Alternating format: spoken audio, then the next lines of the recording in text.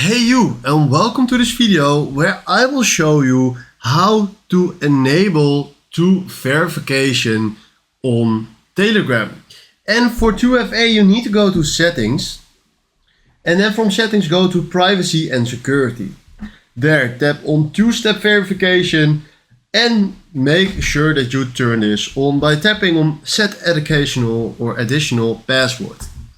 Fill in your password and then do create password. Then give a hint.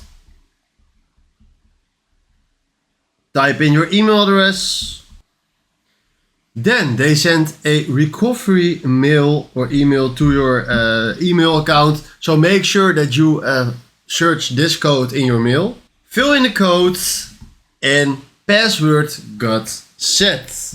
So if I now go back to settings, you will see that two-step verification is on. And this is exactly how you can fix this. Alright, if you found this video helpful, please consider subscribing and give this video a like. And then for now, thanks for watching.